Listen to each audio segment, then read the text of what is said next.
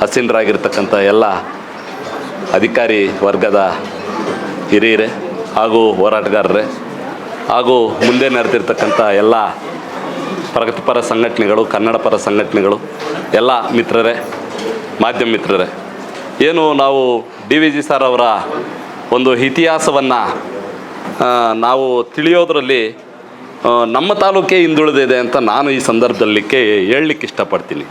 ಯಾಕೆ ಅಂತಂದರೆ DVG ರವರು ನಮ್ಮ ತಾಲೂಕಿನಲ್ಲೇ ಹುಟ್ಟಿ ಇಡೀ ದೇಶಾದ್ಯಂತ ಕಗ್ಗವನ್ನು ಕೊಂಡೊಯ್ದಿರ್ತಕ್ಕಂಥ ಏಕೈಕ ವ್ಯಕ್ತಿ DVG ರವರು. ಈ ಕಗ್ಗವನ್ನು ನಾವು ಇಷ್ಟೊತ್ತು ತಿಳಿತಾ ಇದ್ದೀವಿ. ನಾವು ಏನು ಆ ಇತಿಹಾಸವನ್ನು ನಾವು ಆ ಕಗ್ಗವನ್ನು ತಿಳಿಬೇಕು ಅಂತಂದರೆ ಅಧ್ಯಯನ ಕೇಂದ್ರ ಮುಖ್ಯವಾಗಿ ನಮಗೆ ಬೇಕಾಗಿದೆ. ಯಾಕೆ ಅಂತಂದರೆ ಇವತ್ತು ನಾನಾ ರೀತಿಯ ಹೋರಾಟಗಾರರು ಎಲ್ಲಿಂದ ಪ್ರಾರಂಭ ಆಗ್ತದೆ ಅಂತಂದರೆ ಮೂಡಲಬಾಗಿಲಿನಲ್ಲೇ ಪ್ರಾರಂಭ ಆಗ್ತದೆ. ಯಾವುದೇ ಒಂದು ಹೋರಾಟ ಪ್ರಾರಂಭ ಆಗಬೇಕು ಅಂತಂದ್ರೆ ಕೂಡ ಮೂಡಲಬಾಗಿಲು ಮುಖ್ಯವಾಗಿರ್ತದೆ.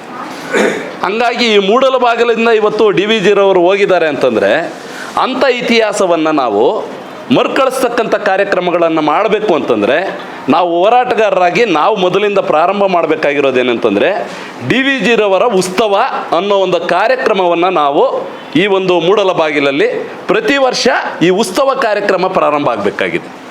ಉತ್ಸವ ಅಂತೇಳಿ ಬಂದಾಗ ನಾಡಿನ ಎಲ್ಲ ಒಂದು ಜನಪ್ರತಿನಿಧಿಗಳಾಗಿರ್ಬೋದು, ವಿಚಾರವಾದಿಗಳಾಗಿರ್ಬೋದು, ಕವಿಗಳಾಗಿರ್ಬೋದು, ಸಾಹಿತಿಗಳಾಗಿರ್ಬೋದು, ಬೇರೆ ಬೇರೆ ರೀತಿಯಲ್ಲಿ ಇರ್ತಕ್ಕಂಥ ಎಲ್ಲ ಒಂದು ಬರಹಗಾರರು ಇಲ್ಲಿ ಬಂದು ಆ ಉತ್ಸವದ ಕಾರ್ಯಕ್ರಮದಲ್ಲಿ ಭಾಗಿಯಾದಾಗ DVG ರವರ ಹೆಸರು ಶಾಶ್ವತವಾಗಿ ಇಲ್ಲಿ ಉಳಿಲಿಕ್ಕೆ ಸಾಧ್ಯ ಆಗ್ತದೆ ಅಂತೇಳಿ ಈ ಸಂದರ್ಭದಲ್ಲಿ ನಾನು ಹೇಳಲಿಕ್ಕೆ ಇಷ್ಟಪಡ್ತೀನಿ.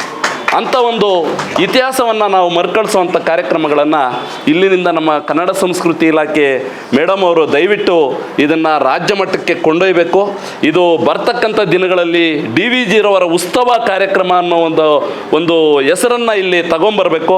ಆ ಹೆಸರಿನ ಮುಖಾಂತರನೇ ಕಾರ್ಯಕ್ರಮ ಆಗ್ತಕ್ಕಂಥದ್ದನ್ನು ತಾವು ಇವತ್ತಿನಿಂದನೇ ಅದನ್ನು ಒಂದು ಸರ್ಕಾರ ಗಮನಕ್ಕೆ ಸೆಳೆಯುವಂಥ ಒಂದು ಕೆಲಸ ಆಗಬೇಕು ಅಂತೇಳಿ ತಮ್ಮಲ್ಲಿ ವಿನಂತಿಸ್ಕೊಳ್ತೀನಿ. ಅದೇ ರೀತಿ ಒಂದು DVG ಸಾಹೇಬರ ಒಂದು ಹುಟ್ಟುಹಬ್ಬದ ಶುಭಾಶಯಗಳನ್ನು ಬಂದಿರತಕ್ಕಂಥ ಎಲ್ಲ ನನ್ನ ಬಂಧು ಬಳಗಕ್ಕೆ ತಿಳಿಸ್ತಾ ನನ್ನ ಮಾತಾಡಲಿಕ್ಕೆ ಅವಕಾಶ ಕೊಟ್ಟಿರ್ತಕ್ಕಂಥ ವೇದಿಕೆಗೂ ಹಾಗೂ ಮಾಧ್ಯಮ ಮಿತ್ರರಿಗೆ ಮುಂದೆ ನೆರೆದಿರ್ತಕ್ಕವ್ರಿಗೆ ವಂದಿಸಿ ನನ್ನ ಮಾತನ್ನು ಮುಗಿಸ್ಕೊಡ್ತೀನಿ. ಜೈ ಭೀಮ್, ಜೈ ಕರ್ನಾಟಕ, ಜೈ ಕನ್ನಡ ಮಾತೆ.